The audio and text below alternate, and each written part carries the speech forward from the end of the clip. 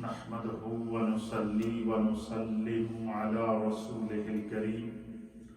أما بعد فأعوذ بالله من الشيطان الرجيم بسم الله الرحمن الرحيم إن الذين آمنوا وعملوا الصالحات أولئك هم خير البرية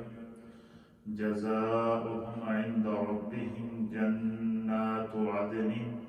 تجري من تحتها الأنهار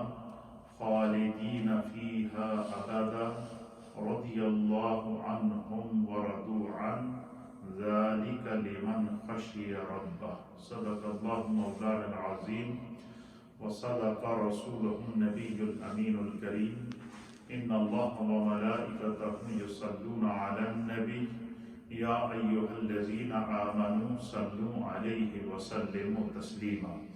اللهم صل وسلم على سيد الأنبياء والمرسلين وعلى آله الطيبين وأصحابه الطاهرين أجمعين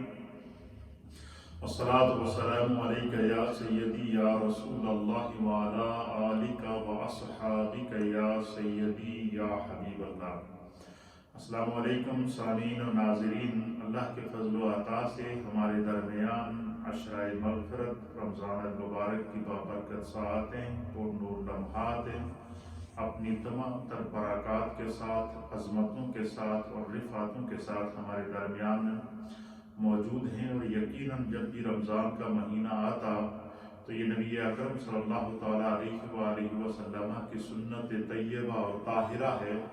کہ حضور علیہ السلام صحابہ اکرام رضوان اللہ تعالیٰ علیہم اجمعین کی باقاعدہ ذہن سازی کیا کرتے تھے، صحابہ اکرام کو ترغیب دیا کرتے تھے کہ وہ زیادہ سے زیادہ اس مہینے میں نیکیاں کریں۔ نیکیوں کا یہ موسم ہے، بہار کا موسم ہے، رحمتوں کا موسم ہے، مغفرتوں کا موسم ہے، جہنم سے آزادی کا موسم ہے۔ تو گویا نبی اکرم صلی اللہ تعالیٰ علیہ وآلہ وسلم کی یہ خواہش ہوتی تھی کہ میرے جو امتی ہیں وہ اس مہینے میں زیادہ سے زیادہ خدا کی عبادت میں مصروف رہیں، تلاوت قرآن میں مصروف رہیں،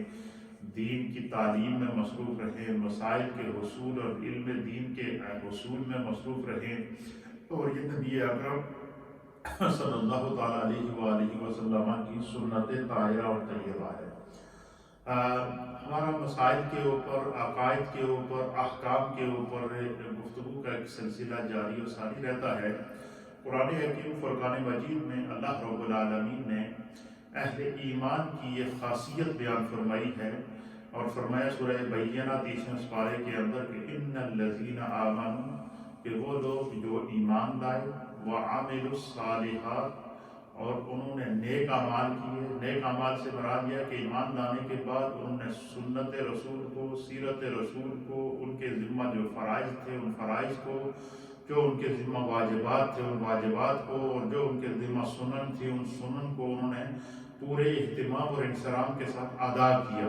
اور جب انہوں نے اس کو ادا کیا تو پھر اللہ رب العالمین فرماتا ہے کہ اصل میں وہی لوگ جو ہے وہ کامیاب لوگ ہیں، انہوں نے ہی اصل میں نیکی والی زندگی گزاری ہے، اور ان کا مقام یہ ہے کہ وہ دنیا میں رہتے ہیں تو اللہ تعالیٰ انہیں دنیا میں بھی عزت عطا فرماتا ہے،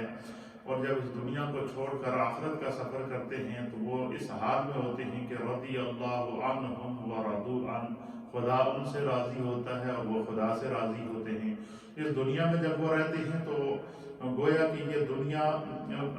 چلتے پھرتے اٹھتے بیٹھتے، سختی ہو، شدت ہو،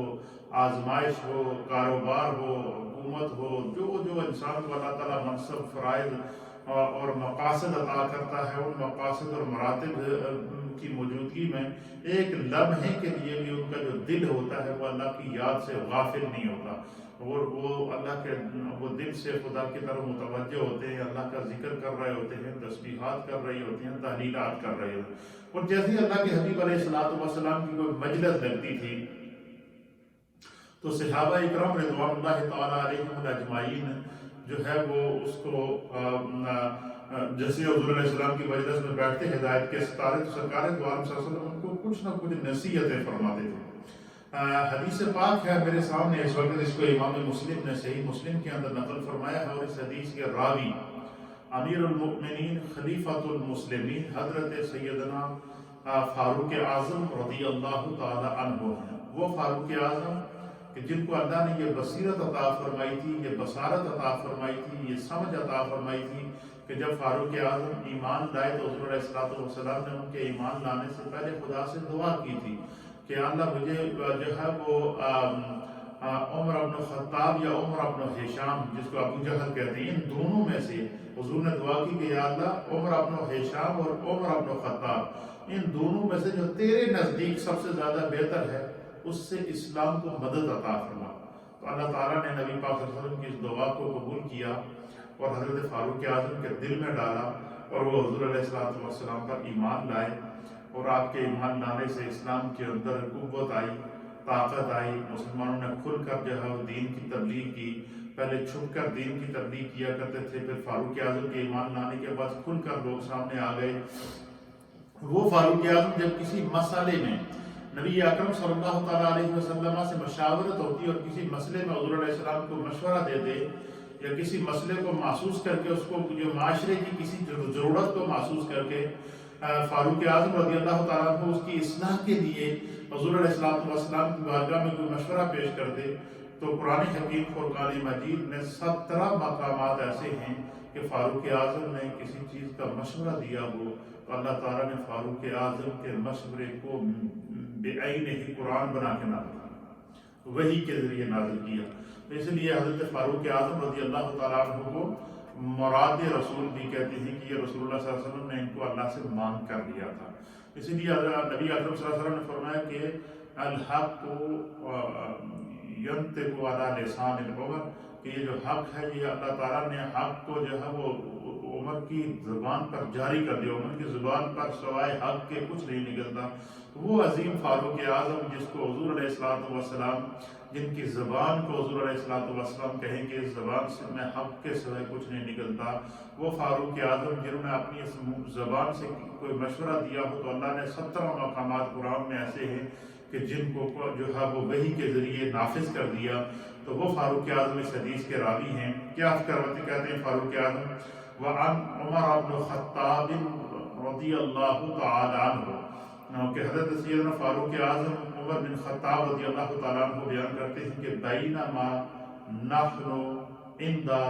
رسول اللہ صلی اللہ تعالی علیہ وآلہ وسلم ذات یوم، فاروق اعظم کہتے ہیں کہ ایک دن ہم نبی اکرم صلی اللہ تعالیٰ علیہ وسلم کی بارگاہ میں بیٹھے تھے، بہت سارے صحابہ تھے، حضور کی مجلس لگی تھی، صحابہ اکرام ہدایت کے ستارے اور نبی پاک صلی اللہ علیہ وسلم کی مجلس کے قریب بیٹھے تھے، حضور علیہ السلام اس مجلس کے اندر تشریف فرما تھی۔ فاروق اعظم کہتے ہیں کہ سرکار مجلس میں بیٹھے تھے، صحابہ موجود تھے، تو پھر کیا ہوا؟ کہتے ہیں کہ اذا طلع علینا رجل شدید بیاض الثیاب وشدید سواد الشعر لا یرا علیہ اثر السفر ولا يعرفه منا احد۔ حضرت فاروق اعظم رضی اللہ تعالیٰ عنہ کہتے ہیں کہ ہم سرکار دو عالم صلی اللہ علیہ وسلم کی مجلس میں بیٹھے تھے اور حضور علیہ السلام ہمارے ساتھ اس مجلس میں بیٹھے تھے، اور اس دوران ایک شخص آیا، بڑا ہی حسین و جمیل شخص تھا، بڑا ہی اس کا نورانی چہرہ تھا، سفید کپڑے اس نے پہنے ہوئے تھے۔ اس شخص نے جو ہے وہ طلع علینا رجل، کہ ہمارے اسی مجلس کے دوران ایک شخص آیا، شدید و بیاض الثیاب، انہوں نے اس شخص نے سفید کپڑے پہنے ہوئے تھے، بہت ہی سفید کپڑے تھے اور اس کے کالے بال تھے، لا یرا علیہ اثر السفر، اور اس پر کچھ سفر کے اثرات بھی نہیں تھے کہ آپ نے دیکھیں کہ بہت کوئی دور سے مسافر آیا ہوا، بڑے اجڑے ہوئے کپڑے پہنے ہوئے، بڑے صاف کپڑے پہنے ہوئے، بڑے خوبصورت کپڑے پہنے ہوئے، سفید لباس پہنا ہوا ایک شخص آیا اور اس کے کالے بال تھے، کالی اس کی داڑھی تھی، بڑا خوبصورت، سر کے اوپر امامہ سجایا ہوا، اور وہ شخص نبی پاک صلی اللہ علیہ وسلم کی بارگاہ میں حاضر ہوا تو حضرت عمر کہتے ہیں کہ ہم سارے صحابہ بیٹھے تھے، تو کہتے ہیں کہ اس شخص کو ہم نے دیکھا کہ لا یرا علیہ اثر السفر، کوئی اس پر سفر کے اثرات بھی نہیں لگ رہے تھے کیونکہ بہت دور سے مسافر آیا ہوا ہے، سفر کر کے آیا ہے، ایسا بھی نہیں تھا۔ وَلَا يَعْرِفُهُ مِنَّا أَحَدٌ، حضرت فاروق اعظم کہتے ہیں نہ ہی ہم میں سے کوئی بھی شخص جانتا تھا کہ یہ کون شخص ہے، یعنی ایک بالکل اجنبی شخص آیا، نیا شخص آیا، ہم نے اس سے پہلے اس کو نہیں دیکھا ہوا تھا، بڑا خوبصورت اس نے سفید لباس پہنا ہوا تھا، کالے کالے اس کے بال تھے، سر پہ اس کے امامہ تھا، بڑے خوبصورت انداز سے وہ آیا اور باادب آ کر وہ نبی پاک صلی اللہ علیہ وسلم کی بارگاہ میں بیٹھا، حتی جلس الی النبی صلی اللہ تعالی علیہ وآلہ وسلم، کہتے ہیں وہ شخص باہر سے آیا، سیدھا آ کر نبی پاک صلی اللہ علیہ وسلم کو سلام کیا اور وہ نبی پاک صلی اللہ علیہ وسلم کے سامنے بیٹھا، اور کس طرح بیٹھا؟ فَأَسْنَدَ رُكْبَتَيْهِ إِلَى رُكْبَتَيْهِ، نبی پاک صلی اللہ علیہ وسلم کے بالکل سامنے دو زانو ہو کر اس طرح بیٹھا جس طرح بندہ تحیات میں بیٹھتا ہے، نماز میں بیٹھتا ہے، اور اس نے آ کر اپنے گھٹنے نبی پاک صلی اللہ علیہ وسلم کے گھٹنوں کے ساتھ ملا دیے اور بالکل باادب ہو کر دست بستہ حضور علیہ السلام کے سامنے بیٹھ گیا۔ اور جب سرکار دو عالم صلی اللہ علیہ وسلم کے سامنے بیٹھا، وَوَضَعَ كَفَّيْهِ عَلَى فَحَزَيْهِ، کہتے ہیں کہ اس نے وہ شخص آیا اور اپنے گھٹنوں کو نبی پاک صلی اللہ علیہ وسلم کے گھٹنوں کے ساتھ ملا کر باادب دو زانو ہو کر بیٹھ گیا، اپنے ہاتھوں کو حضور علیہ السلام کے جو ہے وہ سامنے ہاتھوں کے سامنے رکھا، وقال، اور پھر وہ شخص حضور علیہ السلام سے مخاطب ہوا۔ حضرت عمر کہتے ہیں کہ ہم یہ سارا منظر دیکھ رہے تھے، عجیب منظر تھا، اتنا نورانی شخص تھا، سفید اس کا لباس تھا، کالے اس کے بال تھے، کالی اس کی داڑھی تھی، سر پہ اس کے امامہ تھا، سفر کے بھی کوئی اس پہ اثرات نہیں تھے، اس سے پہلے ہم نے بھی آج تک اس کو نہیں دیکھا تھا، ایک عجیب منظر تھا۔ اور وہ آیا اور جس طرح وہ اس طرح آگے نبی پاک صلی اللہ علیہ وسلم کے سامنے بیٹھا کہ جیسے کوئی شناسا شخص کو، اور حضور علیہ السلام پہلے سے اس کو جانتے ہوں، لیکن اس مجلس میں موجود جتنے صحابہ تھے، حضرت فاروق اعظم کہتے ہیں کہ ہم میں سے کوئی بھی اس کو پہچانتا نہیں تھا کہ یہ کون شخص ہے، کدھر سے آیا ہے، کوئی مسافر ہے، اور اگر مسافر ہے تو اس کو سفر کے اثرات کیوں نہیں ہیں، اور بڑا ہی خوبصورت اس نے لباس پہنا ہوا۔ اور وہ شخص جب نبی صلی اللہ علیہ وسلم کے سامنے بیٹھا تو وقال، اور اس شخص نے حضور علیہ السلام کو مخاطب کر کے فرمایا، یا محمد صلی اللہ تعالی علیہ وسلم، اے محمد صلی اللہ تعالی علیہ وسلم، اخبرنی عن الاسلام، اے اللہ کے حبیب علیہ السلام، ذرا مجھے یہ بتائیں کہ اسلام کے بارے میں مجھے خبر دیں کہ اسلام کیا ہے، واٹ از دا اسلام۔ اس شخص نے سوال کیا کہ اخبرنی عن الاسلام، اسلام کے بارے میں مجھے بتائیں کہ اسلام کسے کہتے ہیں، اسلام کی تعریف کیا ہے، اسلام کس چیز کا نام ہے۔ تو کہتے ہیں کہ جب اس شخص نے یہ سوال کیا، حضرت فاروق اعظم کہتے ہیں تو فقال رسول اللہ صلی اللہ تعالی علیہ وآلہ وسلم، پس رسول اللہ صلی اللہ تعالی علیہ وسلم نے جب اس کا سوال سنا تو آپ نے فرمایا کہ الاسلام، اسلام یہ ہے کہ ان تشہد ان لا الہ الا اللہ وان محمدا رسول اللہ وتقیم الصلاة وتؤتی الزکاة وتصوم رمضان وتحج البیت ان استطاع الیہ سبیلا۔ حضرت فاروق اعظم کہتے ہیں کہ اس شخص نے آ کر نبی پاک صلی اللہ علیہ وسلم کے سامنے دو زانو بیٹھا اور اس نے حضور علیہ السلام سے سوال کیا کہ اسلام کیا ہے۔ نبی پاک صلی اللہ علیہ وسلم نے فرمایا کہ اسلام یہ ہے کہ تو اس چیز کی گواہی دے کہ اللہ کے سوائے کوئی معبود نہیں اور محمد صلی اللہ تعالی علیہ وآلہ وسلم اللہ کے رسول ہیں، اور تو کیا کرے، تقیم الصلاۃ، تو نماز کی پابندی کرے۔ اسلام کیا ہے کہ تو اللہ اور اس کے رسول پر ایمان لائے، اور اس کے فوراً بعد حضور نے فرمایا کہ نماز کی پابندی کرے، نماز پڑھے، وَتُؤْتِيَ الزَّكَاةَ، اور تو زکوٰۃ، جو اللہ نے تم پر زکوٰۃ اگر فرض کی ہے تو اس سے زکوٰۃ ادا کرے، وَتَصُومَ رَمَضَانَ، تو رمضان کا مہینہ جب آئے تو تم اس میں روزہ رکھے، وَتَحُجَّ الْبَيْتَ إِنِ اسْتَطَاعَ إِلَيْهِ سَبِيلًا، تو اگر تجھے خدا نے استطاعت دی، اس کے راستے میں استطاعت رکھتا ہے تو بیت اللہ کا حج کرے۔ اب یہ سوال، اس کے سوال کے جواب میں نبی پاک صلی اللہ تعالی علیہ وآلہ وسلم نے اس کو جواب دیا۔ تو اس شخص نے سوال کیا کہ اسلام کیا، تو حضور علیہ السلام نے یہ جواب دے دیا۔ کہ اسلام یہ ہے کہ تو اللہ اور اس کے رسول پر ایمان لائے، نماز قائم کرے، زکوٰۃ ادا کرے، رمضان کے روزے رکھے اور بیت اللہ کا حج ادا کرے۔ تو کہتے ہیں کہ حضرت فاروق اعظم کہتے ہیں کہ جب نبی اکرم صلی اللہ تعالیٰ علیہ وآلہ وسلم نے اس شخص کے سوال کا جواب دیا تو اس شخص نے قالا، پھر وہ شخص مخاطب ہوا اور حضور علیہ السلام سے فرمایا کہ صدقتا یا رسول اللہ، آپ نے بالکل سچ فرمایا، واقعی اسلام انہی احکام کا پر عمل کرنے کا نام ہے۔ تو حضرت فاروق اعظم کہتے ہیں کہ جب اس نے یہ کہا نا کہ صدقتا، تو کہتے ہیں فعجبنا لہو یسألہ ویصدقہ۔ فاروق اعظم کہتے ہیں کہ نبی پاک کی بارگاہ میں موجود جتنے صحابہ تھے وہ سارے ان سب پر تعجب گزرا، متعجب ہوئے، حیران رہ گئے کہ عجیب شخص ہے، حضور سے سوال بھی کرتا ہے اور سوال کے بعد جب حضور نے جواب دیا تو اس کی تصدیق بھی کرتا ہے اور کہتا ہے کہ یہ بالکل آپ نے صحیح جواب دیا۔ اب یہ شاگرد بن کر آیا تھا یا کہ حضور کو سمجھانے آیا تھا؟ وجہ کیا تھی؟ کہتے ہیں کہ ایک عجیب و غریب منظر تھا جو ہماری سمجھ سے باہر تھا۔ مجلس ہے، صحابہ بیٹھے ہیں، حضور بیٹھے ہیں، اجنبی شخص آتا ہے، ہم نے پہلے نہیں دیکھا، اس پر آثارات سفر بھی موجود نہیں ہیں، اور اس نے اگر حضور علیہ السلام سے سوال کیا، سرکار نے جواب دیا، اور جب سرکار نے جواب دیا اس نے کہا جی آپ نے بالکل صحیح جواب دیا اور آپ نے بالکل سچ فرمایا ہے جو ہے، اور میں اس کی تصدیق کرتا ہوں اور میں اس کی گواہی دیتا ہوں۔ تو کہتے ہیں کہ ہم پر یہ تعجب گزرا کہ عجیب بندہ ہے، سوال بھی خود پوچھتا ہے، جواب سن کر کہتا ہے جواب صحیح دیا ہے۔ تو یہ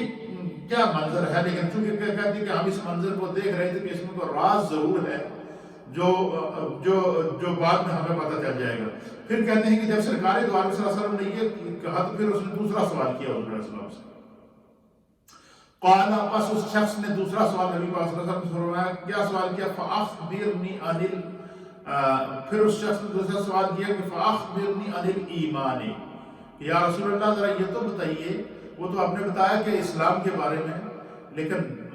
فاخبرنی عن الایمان، ذرا یہ تو بتائیے کہ ایمان کس چیز کا نام ہے؟ ایمان کس کو کہتے ہیں؟ ایمان کی حقیقت کیا ہے؟ ایمان کی ڈیفینیشن کیا ہے؟ ایمان کی تعریف کیا ہے؟ مومن کسے کہتے ہیں؟ اسلام اور ایمان کے اندر کیا فرق ہے؟ اور پہلے اس نے اسلام کے بارے میں سوال کیا، دوسرا سوال اس نے کیا فاخبرنی عن الایمان، ایمان کے بارے میں مجھے سوال بتائیے کہ ایمان کس چیز کا نام ہے۔ قال، تو کہتے ہیں حضرت فاروق اعظم کے نبی اکرم صلی اللہ تعالیٰ علیہ وآلہ وسلم نے اسے جواب دیا، نبی اکرم صلی اللہ علیہ وسلم نے فرمایا کہ ان تؤمن باللہ وملائکتہ وکتبہ ورسلہ والیوم الآخر وتؤمن بالقدر خیرہ وشرہ، قال صدقت۔ اس شخص نے حضرت فاروق اعظم کا دوسرا سوال کیا نبی پاک صلی اللہ علیہ وسلم کے کہ آپ یہ ایمان کے بارے میں بتائیں، تو حضور علیہ السلام نے فرمایا کہ ایمان یہ ہے کہ تو اللہ پر ایمان لائے، اس کے فرشتوں پر ایمان لائے، وکتبہ اور اس کی کتابوں پر ایمان لائے، ورسلہ اور اس کے تمام رسولوں پر ایمان لائے،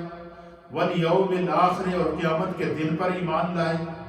وَتُؤْمِنَ بِالْقَدْرِ خَيْرِهِ وَشَرِّهِ ہر بری اور اچھی تقدیر پر ایمان لے کر آئے کہ جو بھی معاملہ ہے، جو بھی آزمائش ہے، جو کچھ بھی ہے یہ خدا کی طرف سے ہے۔ قَالَ صَدَقْتَ، کہتے ہیں پھر اس شخص نے کہا کہ آپ نے بالکل صحیح جواب دیا۔ کہتے ہیں ہم پھر بھی تعجب کے اندر تھے کہ عجیب شخص ہے، سوال بھی کرتا ہے، حضور جواب دیتے ہیں تو ساتھ میں تصدیق بھی کرتا ہے، اگر اسے معلوم نہیں تھا تو تصدیق کیوں کر رہا ہے؟ تو وجہ کیا ہے، ماجرا کیا ہے، حکمت سمجھ میں نہیں آ رہی تھی۔ فاروق اعظم فرماتے کہتے ہیں کہ جب حضور علیہ السلام نے دوسرے سوال کا اس کا جواب دیا تو اس نے پھر فوراً تیسرا سوال کر دیا، اور تیسرا سوال اس نے کیا کیا؟ قال، پس اس شخص نے کہا فاخبرنی عن الاحسان، کہ یا رسول اللہ، یا حبیب اللہ، ذرا یہ تو بتائیے کہ احسان کیا ہے؟ احسان کس چیز کو کہتے ہیں؟ تو نبی اکرم صلی اللہ تعالیٰ علیہ وسلم قال، حضور علیہ السلام نے فرمایا ان تعبد اللہ کأنک تراہ فإن لم تکن تراہ فإنہ یراک۔ نبی اکرم صلی اللہ تعالیٰ علیہ وآلہ وسلم نے اس سے پوچھا، اس شخص نے جب سوال کیا کہ احسان کیا، تو حضور علیہ السلام نے فرمایا کہ احسان یہ ہے کہ تو اپنے رب کی عبادت اس طرح کرے، اس انہماک کے ساتھ اپنے رب کی عبادت کرے، اس توجہ کے ساتھ اپنے رب کی عبادت کرے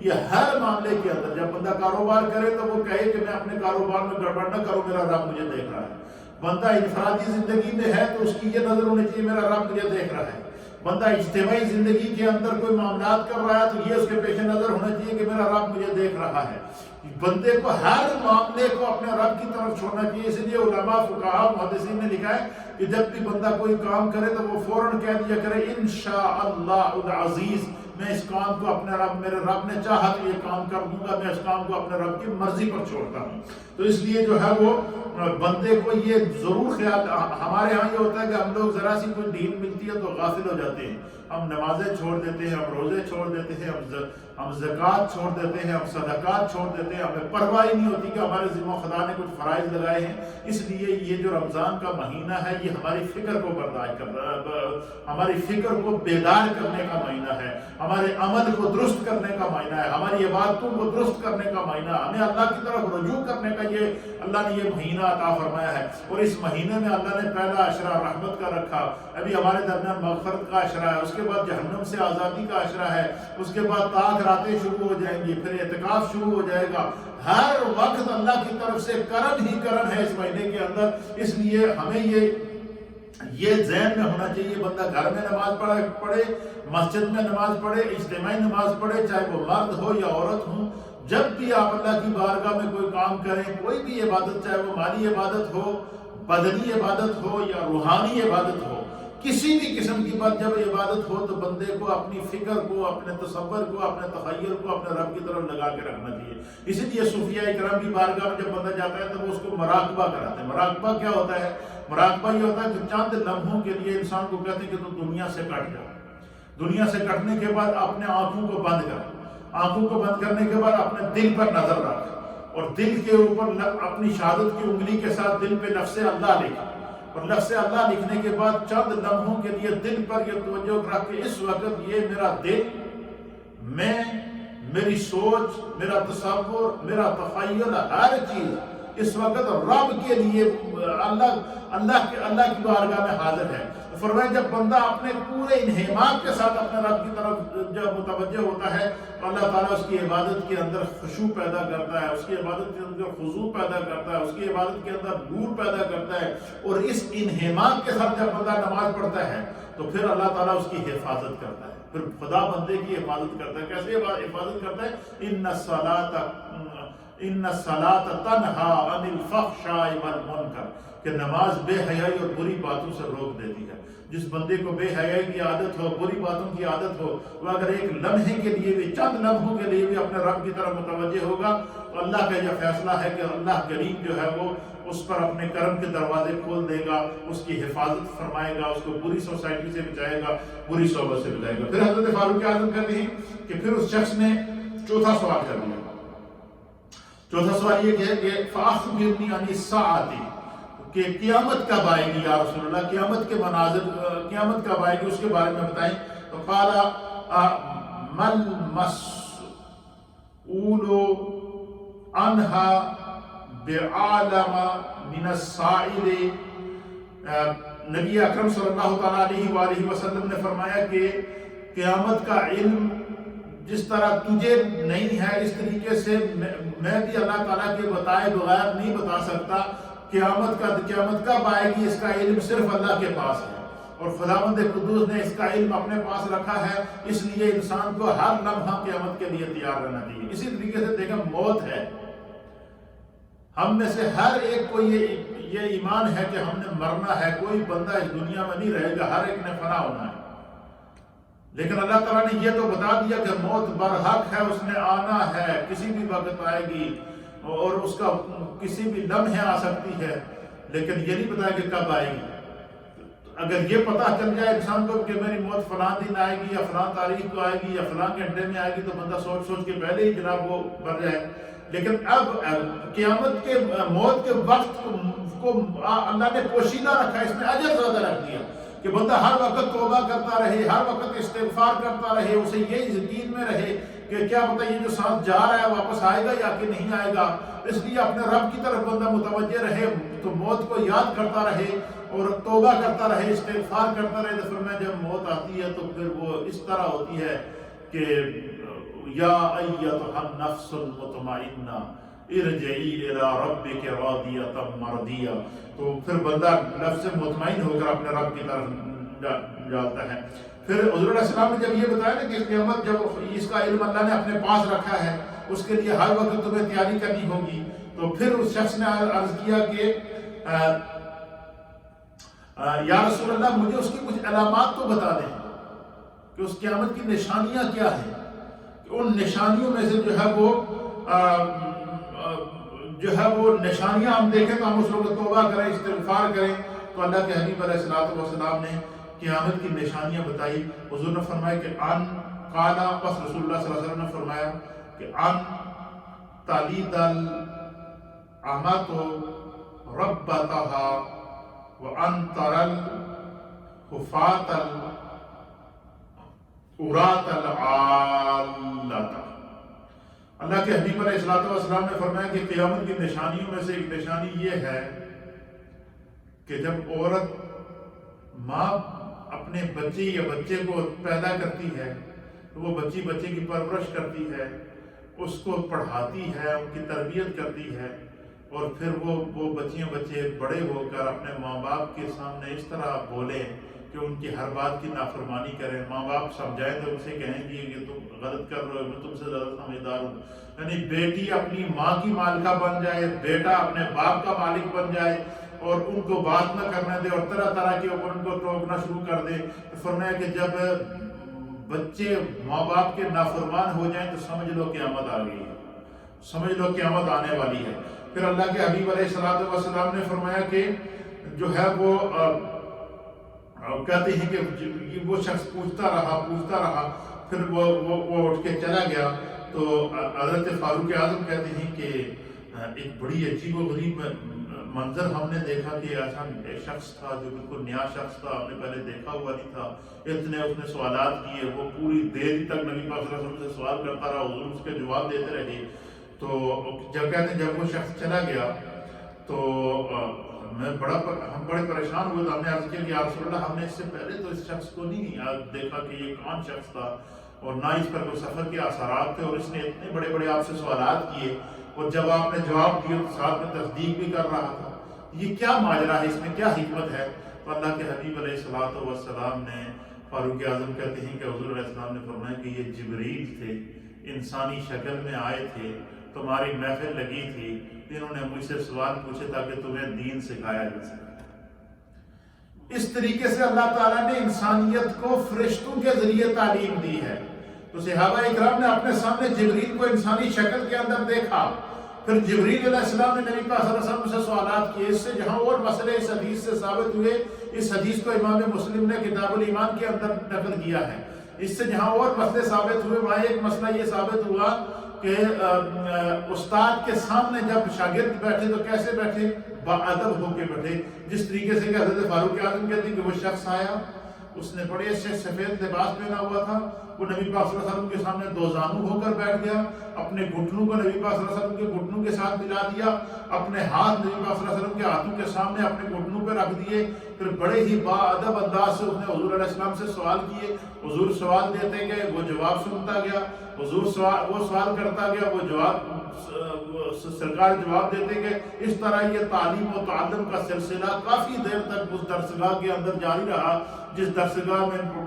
کے استاد میرے مصطفیٰ تھے، سامنے ہدایت کے ستارے صحابہ بیٹھے تھے، اور سوال کرنے والے جبریل علیہ السلام تھے، اور حضور علیہ السلام فرماتے ہیں کہ جو ہے وہ یہ جبریل آئے تھے انسانی شکل میں جو تمہیں دین کا پیغام دے رہے تھے۔ تو اس حدیث سے ہمیں کیا سبق ملا کہ انسان کو اپنے ایمان اسلام پر کمپرومائز نہیں کرنا چاہیے۔ اسلام کیا ہے کہ جب بندہ ایمان لے آئے تو پھر کیا ہے، اسلام یہ ہے کہ ایمان لانے کے بعد دین کے احکام پر عمل کیا جائے، جو اللہ نے احکام فرض کی ہے ان پر عمل کیا جائے۔ نماز دن رات میں اللہ نے ہم پر 5 ٹائم فرض کیا ہے، ہمیں اس کو بجا لانا، یہ اسلام ہے۔ اللہ نے ہمیں مال و دولت دیا تو اس میں سے زکوٰۃ نکالنا یہ اسلام ہے. اللہ نے ہمیں اگر مال و دولت دیا تو اس استطاعت ہے تو حج کرنا یہ اسلام ہے. رمضان کے بعد سال کے بعد جب رمضان کا مہینہ آئے تو پورے اہتمام سے روزے رکھنا یہ اسلام ہے. یعنی گویا کہ اللہ تعالیٰ نے جو فرائض ہمارے ذمہ لگائے ہیں، جو حقوق ہمارے ذمہ لائے ہیں، جو معاملات ہمارے ذمہ لائے ہیں، جب تک ہمارے جسم کے اندر سانس موجود ہے، اور پھر اس توقع سے کہ کوئی لمحہ ایسا نہیں، کسی بھی وقت انسان کی موت آ سکتی ہے، اس لیے انسان کو اپنے گناہوں سے توبہ کر کے، اپنے رب سے سچی توبہ کر کے، اپنے رب کی طرف رجوع کر کے، اگر ہم اس سے پہلے اپنی نمازوں میں سستیاں کرتے تھے تو ہمیں نہیں کرنی چاہیے، ہمیں توبہ کرنی چاہیے. یہ حدیث ہمیں تعلیم دے رہی ہے کہ بندہ نماز کا پابند ہو جائے. اس سے پہلے اگر ہم اپنے اموال سے زکوٰۃ نہیں نکالتے تھے تو اب ہمیں نکالنی چاہیے. یہ ہمارے اندر شعور پیدا ہونا چاہیے کہ سرکار دو عالم صلی اللہ تعالیٰ علیہ وسلم نے یہ بندوں کے ذمہ،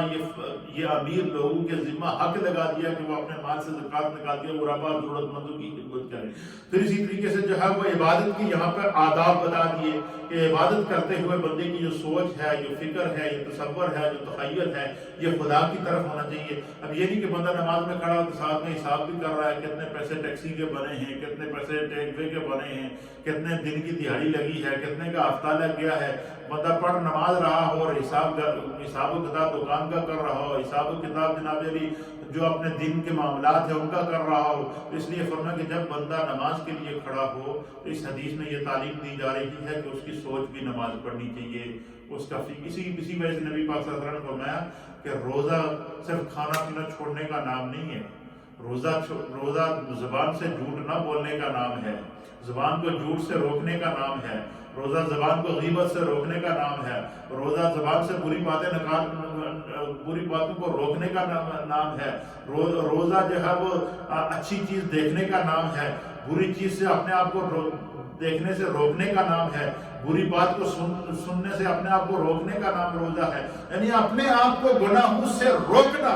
یہ روزہ ہے، اور اپنے آپ کو دنیاوی خیالات سے روکنا یہ خدا کی عبادت ہے. اور بندہ اس طرح عبادت کرے کہ حضور علیہ السلام نے فرمایا کہ اس کے پیش نظر کچھ اور ہو نہ ہو، یہ ضرور رہنا چاہیے کہ کیا رہنا چاہیے کہ ان تعبد اللہ کأنک تراہ، کہ وہ اس طرح اللہ کی عبادت کرے کہ میرا رب مجھے دیکھ رہا ہے.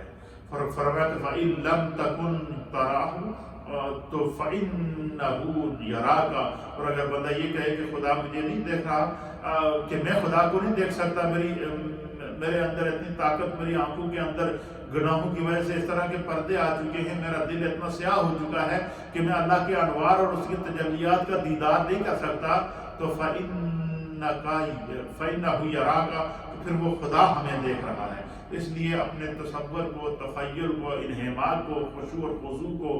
ہر معاملے کے اندر اخلاص ہونا چاہیے. اخلاص جس عبادت کے اندر نہیں ہے وہ عبادت قابل قبول نہیں ہے. اس لیے فرمایا کہ فوائل للمصلین الذین هم عن صلاتهم ساہون، کہ جو ہے وہ افرادی ہے ان نمازیوں کے لیے جو اپنی نمازوں کو نمازی ہونے کے باوجود بھلا بیٹھے ہیں. اس لیے پوری توجہ کے ساتھ یہ عبادت کرنی چاہیے. بعض لوگ وہ ہوتے ہیں جنہیں اللہ تعالیٰ نے باقاعدہ ایسا کشف دیا ہوتا ہے کہ بندہ دل میں کوئی بات سوچتا ہے تو انہیں پتہ چل جاتا ہے. میں پڑھ رہا تھا امام غزالی رحمۃ اللہ علیہ کے احوال. امام غزالی بہت بڑے امام تھے، اور پوری زندگی امام غزالی رحمۃ اللہ علیہ نے اللہ کے دین کی تبلیغ کے اندر، اللہ کے دین کی عبادت کے اندر، ریاضت کے اندر گزاری. اور آپ نے ساری زندگی مسجد میں امامت کی ہے. وقت کے زمانے کے امام تھے لیکن مسجد میں ساری زندگی امامت کی ہے. تو ان کے ایک بھائی تھے جن کا نام تھا احمد غزالی. تو امام پوری دنیا امام غزالی کے پیچھے نمازیں پڑھتی، ان کے ساتھ ان سے فیض حاصل کرنے کو اپنا جو ہے وہ سمجھتی. تو ان کے ایک بھائی تھے، ان کا نام احمد غزالی تھا. تو ان کو بھی اللہ تعالیٰ نے شرح صدور عطا فرمایا. شرح صدور یہ کہ بندہ دل کی بات محسوس کر لیتا ہے. تو وہ امام غزالی نماز پڑھاتے تو ان کے بھائی باہر پھرتے رہتے. اور ایک دن آئے نماز کے لیے تو نماز پڑھی، آدھی ظہر کی نماز تھی، 2 رکعتیں پڑھی. تو تیسری رکعت کے لیے جب امام غزالی کھڑے ہوئے، نمازی آپ کے ساتھ کھڑے ہوئے، تو وہ تیسری رکعت سے نماز توڑ کے چلے گئے. اب لوگوں نے شور شرابہ کیا، اب اتنے بڑے امام غزالی کا بھائی، پہلی بات تو مسجد میں آتا ہی نہیں ہے، اگر آیا ہے تو پھر نماز بھی پوری نہیں کی، اٹھ کے بھاگ گیا. اور وہ چلا گیا. تو امام غزالی کو یہ بات بڑی بری گزری. تو آپ نے جا کر جو ہے وہ والدہ سے کہا، اپنی ماں سے. دیکھیں مائیں جو ہوتی ہیں وہ کس طرح اولادوں کی تربیت کرتی ہیں. امام غزالی نے اپنی ماں سے کہا کہ احمد مسجد میں آتا ہی نہیں ہے، پہلی بات تو یہ. تو اگر آیا بھی ہے تو نماز شروع کی تو آدھی نماز پڑھ کے چلا گیا، تو آپ اس کو سمجھائیں.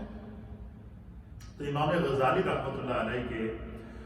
کی والدہ نے دونوں کو بلایا، امام غزالی کو بھی بلایا اور ان کے بھائی کو بھی بلایا. دونوں کو آمنے سامنے اٹھا کر کہا سناؤ کیا مسئلہ ہے. تو امام غزالی کے بھائی نے کہا کہ میں نماز پڑھنے کے لیے گیا ان کے پیچھے، تو میں نے دیکھا کہ نماز پڑھتے ہوئے جو ہے نا نماز کے دوران سوچ رہے تھے کہ میں فلاں جگہ گیا تھا تو فلاں جگہ گیا تھا. تو میں نے سوچا کہ جس بندے کی اپنی نماز اس طرح نہیں ہے تو میں اس کے پیچھے کیا نماز پڑھوں. تو اس لیے جب اس کا دل دماغ حاضر نہیں تھا تو میں اس لیے نماز توڑ کے آ گیا. اب ماں بھی تو امام غزالی کی تھی. امام غزالی نے کی ماں نے ان سے کہا کہ وہ تو چلو گھوم رہا تھا، دل میں سوچ رہا تھا فلاں چیز، تو اپنے رب کو چھوڑ کر اس کے دل میں کیا تلاش کر رہا تھا. تو بھی نے تو اپنے رب کو چھوڑا، تو نے رب کی عبادت کے لیے کھڑا. تیری توجہ تو اپنے رب کی عبادت کی طرف ہونی چاہیے تھی. تو غزالی کے دل کے اندر کیا تلاش کر رہا تھا. اس سے اس ماں نے دونوں بیٹوں کو نصیحت کی.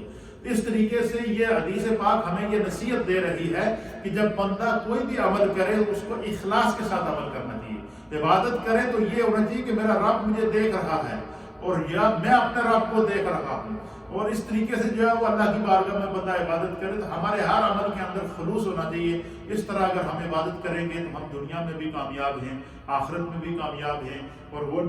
وہ نمازیں، وہ روزے، وہ زکوٰۃ، وہ حج، وہ معاملات، وہ حقوق، وہ فرائض جو اخلاص سے ادا کیے جائیں وہ قیامت میں بھی کام آتے ہیں. انسان کی نیکیوں کے پلڑے کو بھاری کرتے ہیں، انسان کے لیے شفاعت کا ذریعہ بنتے ہیں. اللہ ہمیں دین کو سمجھنے کی توفیق عطا فرمائے. لا الہ الا اللہ الا اللہ الا اللہ لا الہ الا اللہ الا اللہ الا اللہ لا الہ الا اللہ محمد رسول اللہ اللہ اللہ اللہ اللہ اللہ اللہ جل جلالہ. اللهم صل على سيدنا ونبينا ومولانا محمد وعلى آل سيدنا ونبينا ومولانا محمد صلاة دائمة مقبولة تؤدي بها حقه العظيم. یا اللہ اس درس اصلاح کو،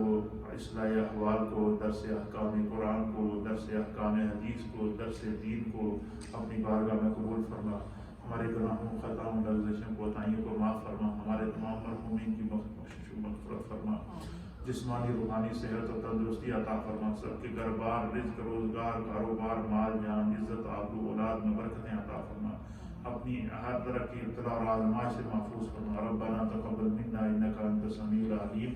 وتب علینا انک انت التواب الرحیم.